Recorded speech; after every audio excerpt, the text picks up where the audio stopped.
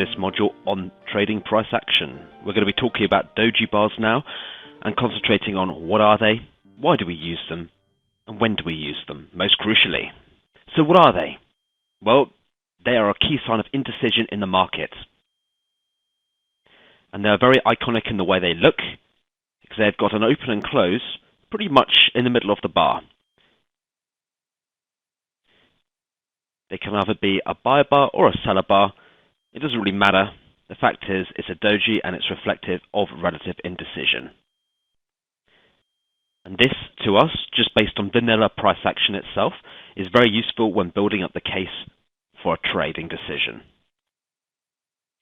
So we've got the OHLC here, and we've got the candlesticks. They look exactly the same, really, apart from the profile of the bar is slightly different. You can get doji bars formed where the open and close at exactly the same price, or you could get a small difference. The fact of the matter is the open and close are or in close proximity to each other.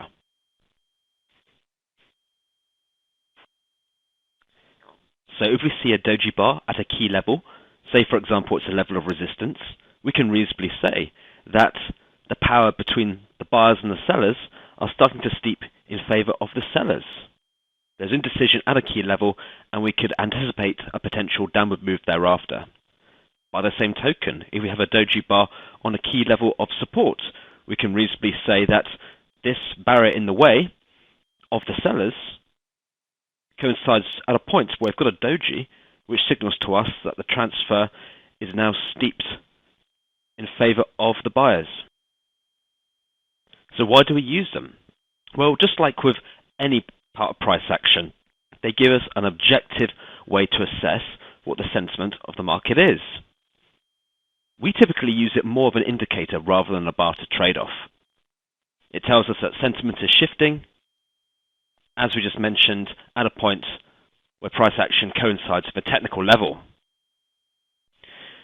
Doji bars aren't as significant as pin bars, but they do give us a way of entering the market at a pretty efficient price.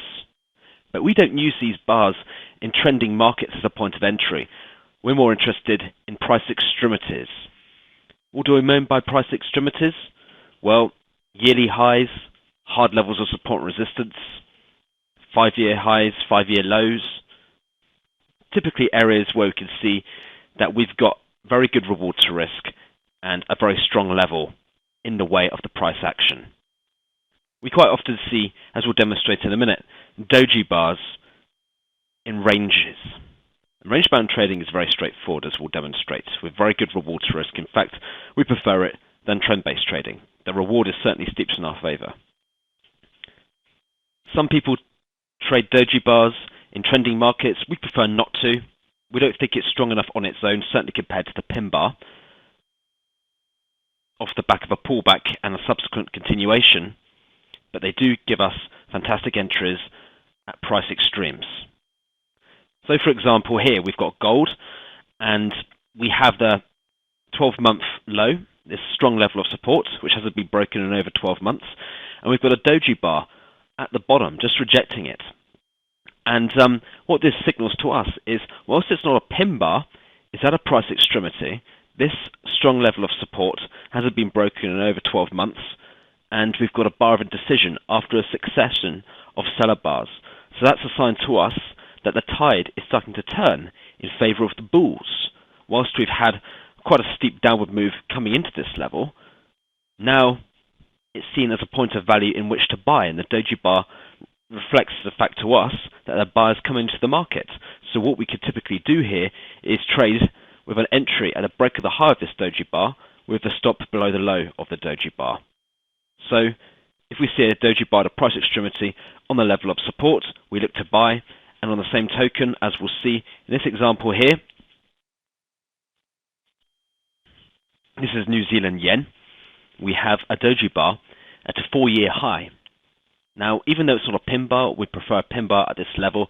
It is a sign to us that even though we've got bars predominantly coming into the level, followed by a doji bar rejecting the level, it's a sign to us that there's indecision now in advance of the tide turning in favor of the bears and the sellers. Of course, if a price is the highest point it's been for 4 years, that represents value for people who are long and in the trade to sell. And if we look at New Zealand yen after the move, it had a very nice move down in favor of the sellers. Let's take a quick look. So here we've got this range-bound market, New Zealand yen. You can see that for quite some time, for the past 4 years, it hasn't done anything essentially. It's just been ping-ponging inside a range.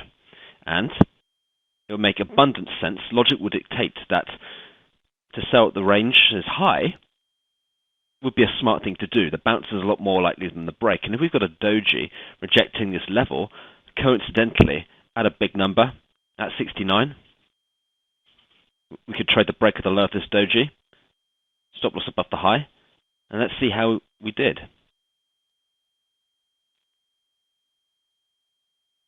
Over the course of the weeks, months, the gains were pretty handsome.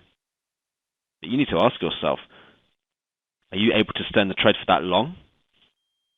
If you set and forget, absolutely.